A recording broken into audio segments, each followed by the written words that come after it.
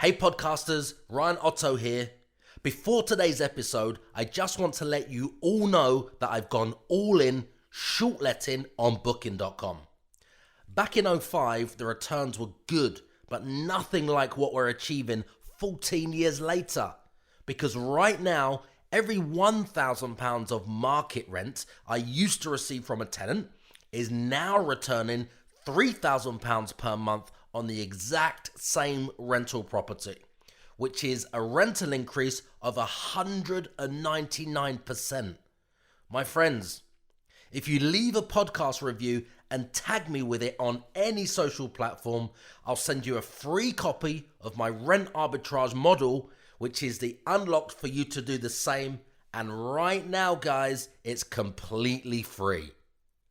If you're a landlord right now in October 2019, right now, you're probably scratching your head thinking, I've got a student property, it's empty, it's vacant. How am I going to get it let? The semester's already started, the university courses have already started, and I've got an empty property.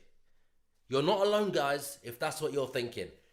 This content will give you the answers. It will give you the next chess move. There's some fundamental things that you need to do if you want to get your student property rented and rented now, even in October or even in November when the university year has already started, like, last month, September.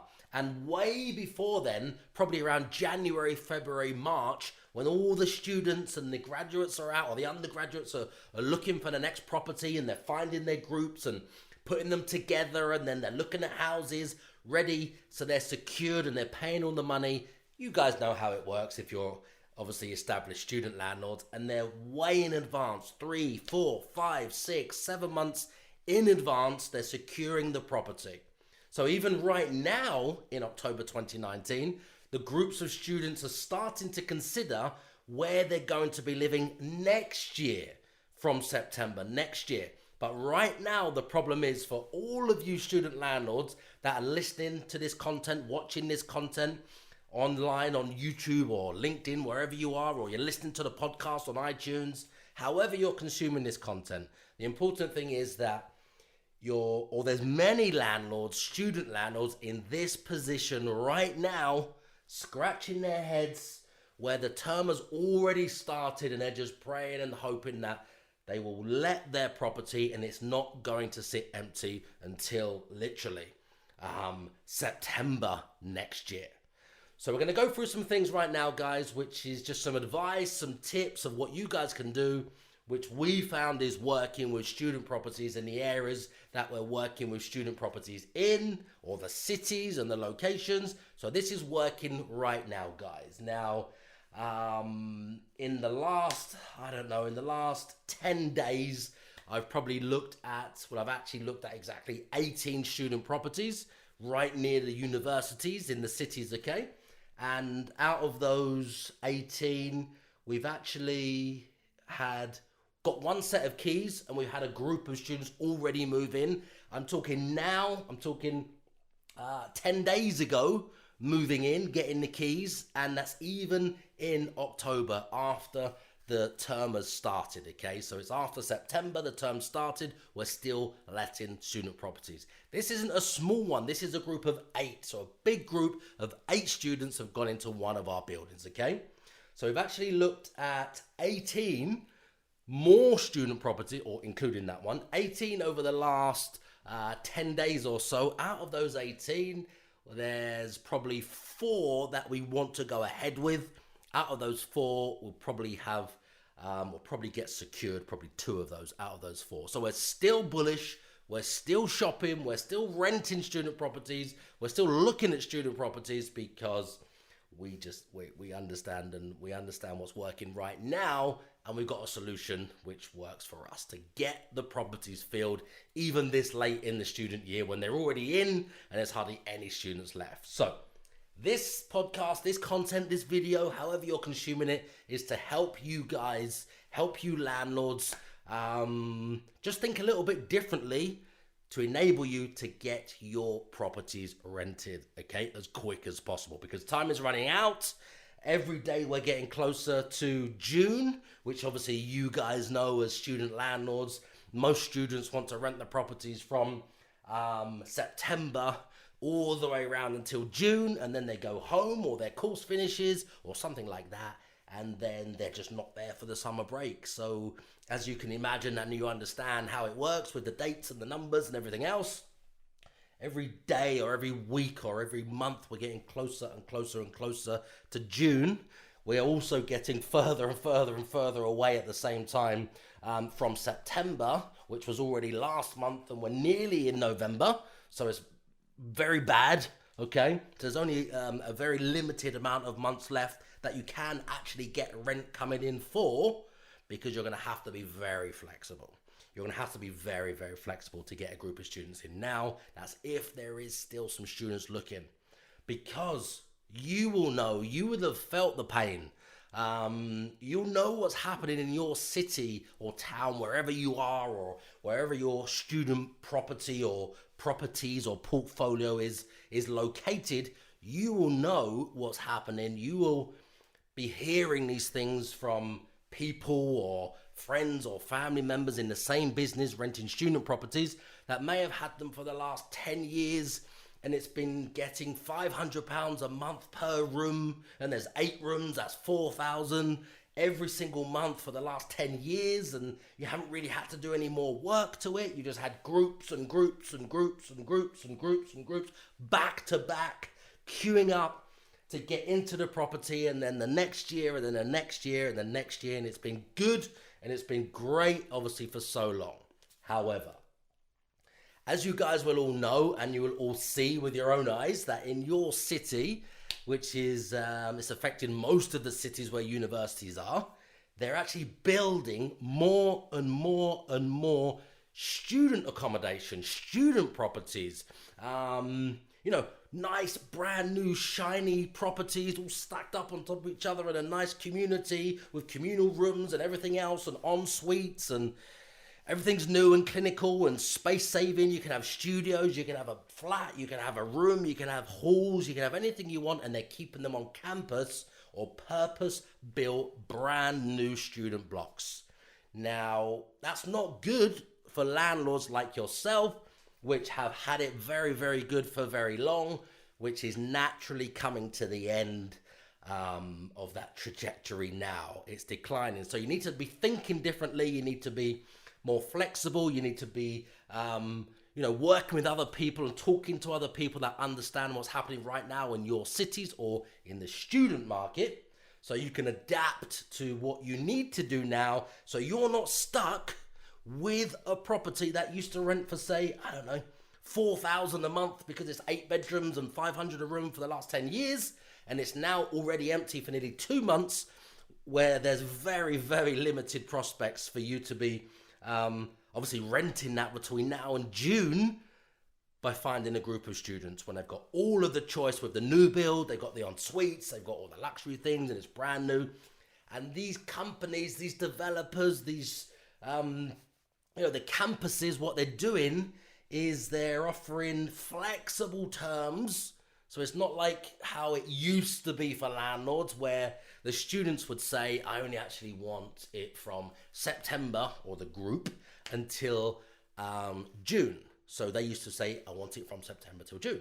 So when there's not too many students around, when there's lots of properties around and not enough students, it's then in the favor of the student can dictate the terms and say, I only want it for this period.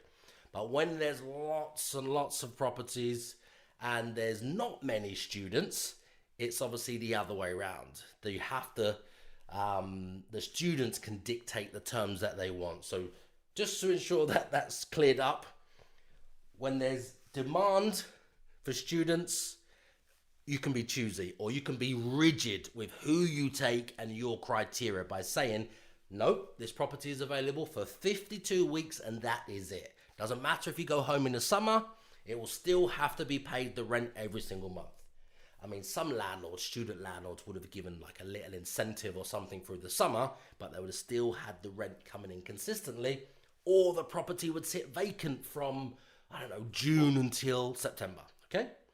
And the students obviously don't want to be paying for that period from June to September when they go home, and they don't have to pay for that period, or they don't want to pay for that period, and they obviously don't need to pay for that period right now in 2019 in October, because they can negotiate hard, because obviously there's lots and lots of student properties in the private rented sector near universities. More and more landlords have been getting in as the student numbers have been declining. And obviously the halls are keeping the students there. The campuses are keeping the students there.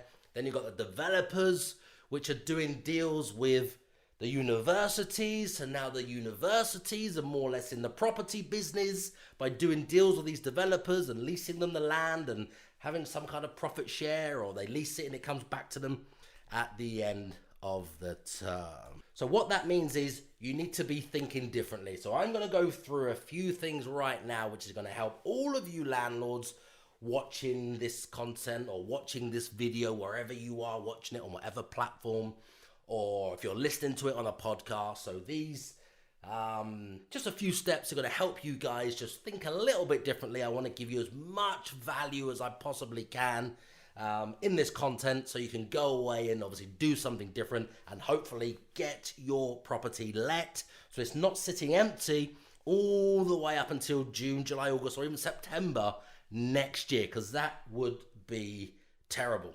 Basically, that would be terrible. Okay, that's the unimaginable. We don't want that to happen for anybody. Okay, any landlord. So the first thing, flexibility. Number one, flexibility. Now, for a very long time, landlords, of course, have had it quite easy, or easier, you could say. So they've got quite rigid, they've got very old school, they've got sort of stuck in their ways, some of them, and there's certain things that they think, for example, let me give an example. If they want one tenancy, so all of the group has to be found at the same time. They want less admin, whether they do it or an agent does it, and they normally ask for the same, okay?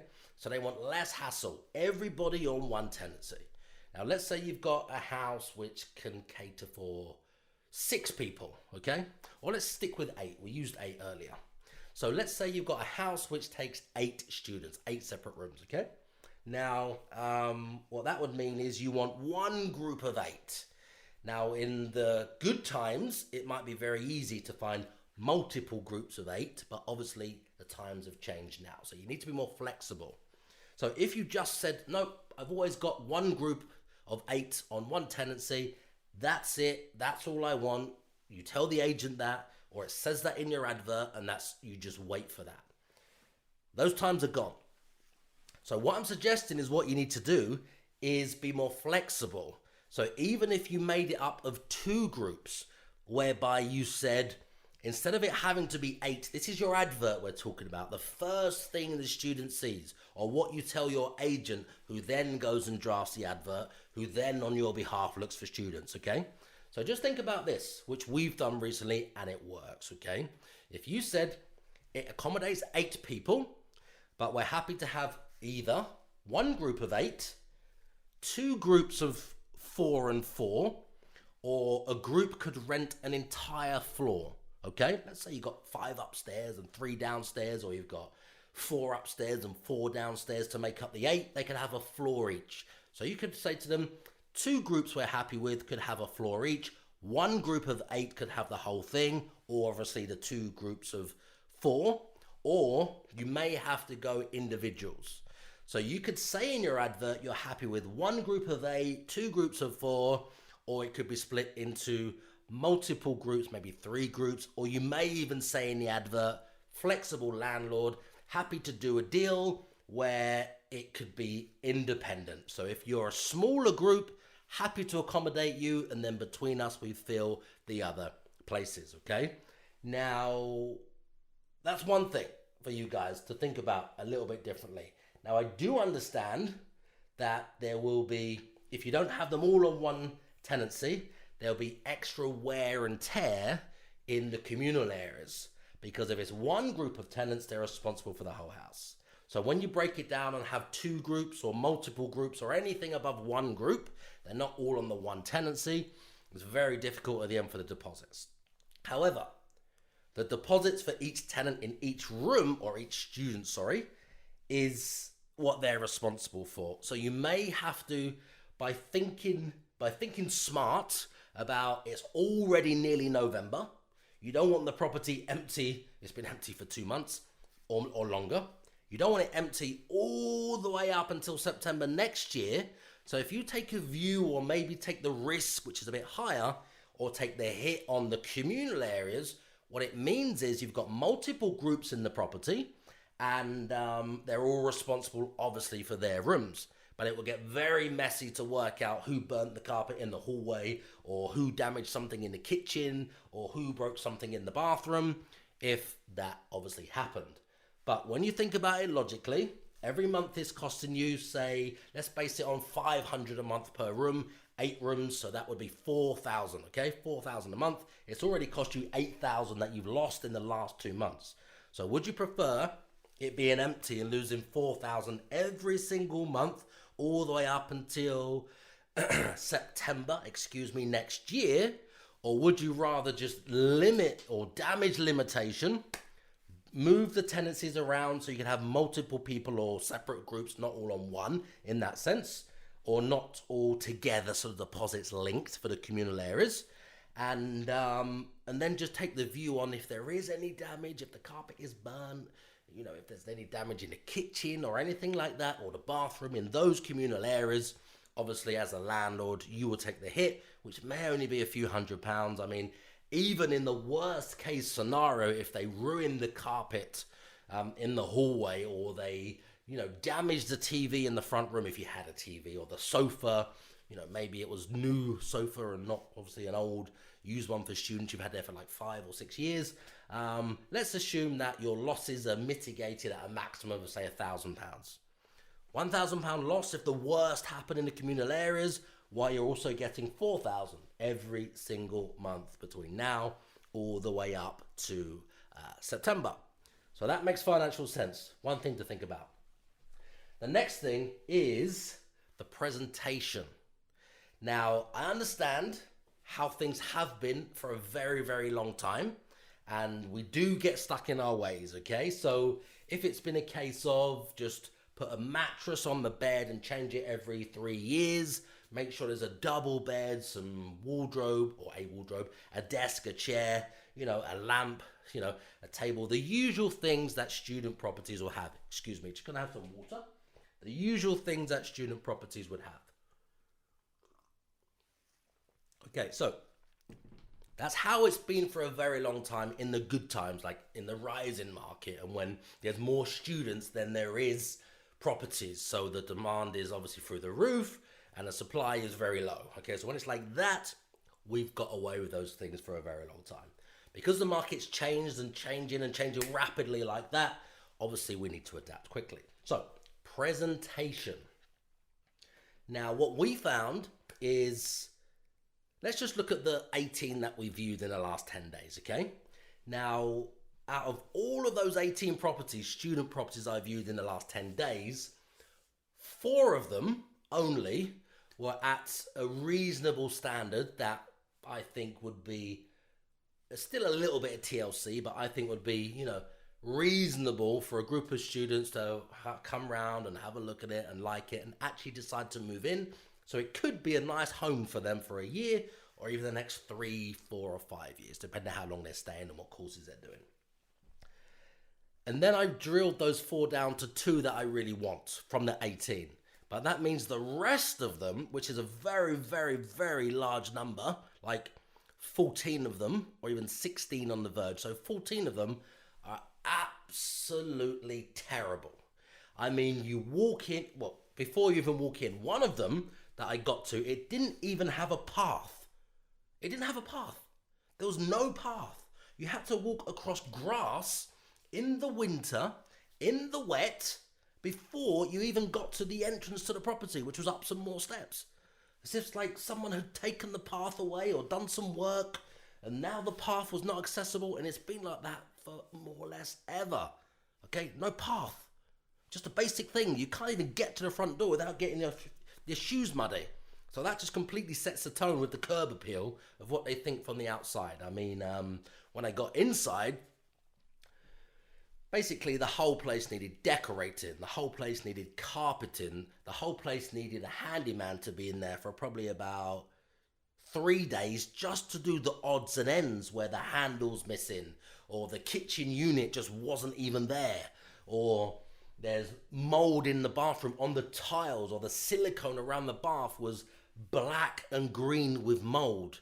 I mean, bare carpet, shredded carpet on the edge of the steps. It was just a case of had it so good for so long and not done any of the work and not thought they needed to do any more work, because there's groups and groups and groups and truckloads of students that are coming along and saying, yes, we want it, queuing up for the property. Obviously, those times have gone. So these needed a facelift. They needed kitchens, they needed bathrooms, they needed carpeting, they needed decorating, they needed handymen. You wouldn't want your dog to live there, put it that way. Or you wouldn't even want your neighbour's dog to live there, which barks all the time and you don't even like it, and it makes a hell of a lot of noise and you'd rather it wasn't really there anymore. So you wouldn't even put your neighbour's dog in there. It was that bad, or nearly 16 of these properties were that bad. And the landlord, or the agent who showed me around, is obviously like, yeah, I mean, it's done so well for so long. This one used to rent for 3.2. We've had 3.2 a month for the last 8 years. This one was 4.2, 500 a room we're getting on average. It's like, the landlords are sitting at home just scratching their heads like, why is it not rented? I don't understand. And the agents as well, some of them are thinking, well, we know something's happening and something's changing a little bit. Maybe it's that Brexit thing, but we don't really understand that much what's happening. We just think, it's just this year is bad. It's the fucking property that's bad. The state of the fucking property. That's what's bad. So the mindset with the agent and the landlord, they're stuck in the past, in a time warp where this used to work, which was great in the good old days. But now they need to innovate. All the new builds, all the campuses, all the houses, the apartments, the flats, the communal student halls, the blocks they're building, all the rooms with en suites on the campuses and stuff like that. Have you seen what's going on? This is what I'm thinking to the agent and to the landlord. Have you seen what's happening just there? There's 800 houses or student rooms being built there. There's 600 down there. There's planning for another 1,000 over there. And these are all within close proximity. So do you not think that this is linked to, like, the standards have been brought up to here? Yours used to be there. Now it's there because it hasn't been renovated in the last, 5-10 years. And now the new builds are coming on, which are there. So now there's this massive divide. So you need to either get to there or your business is going to die. It's that simple. Non-existent anymore. So forget the $4,000 a month you used to get. You'll be lucky to get, turn it back into a single family house once you've done the kitchen and bathroom and decorated, and you'll probably get about £800-900 a month for that. The original local market rent. Okay, so this is what they're just scratching their heads, and I'm thinking, can you not see the way it's presented? This is what you need to do. Okay, so presentation is key. All right, you need to innovate right now. Do things a bit differently. Dress it, style it. Maybe upgrade some of the furniture, get rid of some of the old broken things which don't really work, or they're different colors and mix and match, and just make it like a nice, decent home. Have a look at some market research on some of the new build student properties where they have their show homes. That's who you're competing against. So when you understand that, that's how you can bring your standards up and get the properties rented, okay? But obviously, going back to the work, you have to do the work, right? I know in the old times or the good old days, we didn't have to really go all in and be so thorough with students because it, came with the expectations for their accommodation used to be lower. It's gone from being lower, like we'll take anything, just a mattress on the floor and a wardrobe or anywhere to hang some space and just a kitchen or a hob to cook, a bathroom, and we're good. Obviously, it's changed a lot. So it's gone from here to what they expect is now here, okay? So you have to do the work. So all the things you've been putting off, thinking, that's okay, it's just a student property, it doesn't need to be done, or I can do that in a few years' time to save some money. It's costing you money. You're losing money. So you need to do it as quick as you possibly can at a reasonable budget and standard so that you can keep the money coming in, which is the cycle of why it's not rented now, okay? So the next tip, the student year obviously is around September and it runs till about June, okay? That's when the large percentage of students want their accommodation. Now, when there's massive demand and low supply, then students, I'm talking students, massive supply of students, low demand of property, the students didn't really have a choice. So or limited choice. Everyone's got a choice, of course, but they had limited choice. So they can come to the agent or the landlord like yourself and say, I only want it from September the 1st or 15th until the 30th of June, and that's it. Take it or leave it. No. They need to be signing up for 52-week contracts because you as a landlord don't want the property empty from June until September. That's how it used to be. So now, because we're in October, nearly November, obviously you want to get your property rented. You're maybe scratching your head thinking, why has it not worked this year? For the last 10 years, it's been absolutely fine. Then you're ringing the agent every day and the agent is saying, I don't really know, we're doing this, or we're doing viewings. You know, no one's taking it, or we had people that put the money down and they just backed out. It's because they found something better and they've got more value for their money. So the value has to come up, okay? That's what we're here for, to help you guys bring the value up to the students so that you get the money coming in. So if you're more flexible, just think about this for a minute. With students you find now in, say, October, that might move in, say, as early as possible as November. Now, that doesn't leave many months until June. And they can be choosy and say, we only want it till June. There's so many properties on the market that they can see when they go to Rightmove or wherever they're looking now, Open Rent, anywhere else.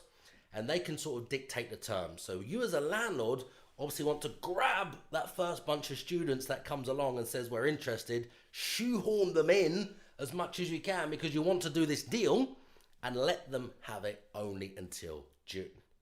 Now, you might be thinking, if I only take them until June, obviously it mitigates your loss because you've got, you know, only 3 months of rent not coming in at the end. You've already lost 2 months of rent from, you know, all of September, all of October. That's gone, that's behind us now.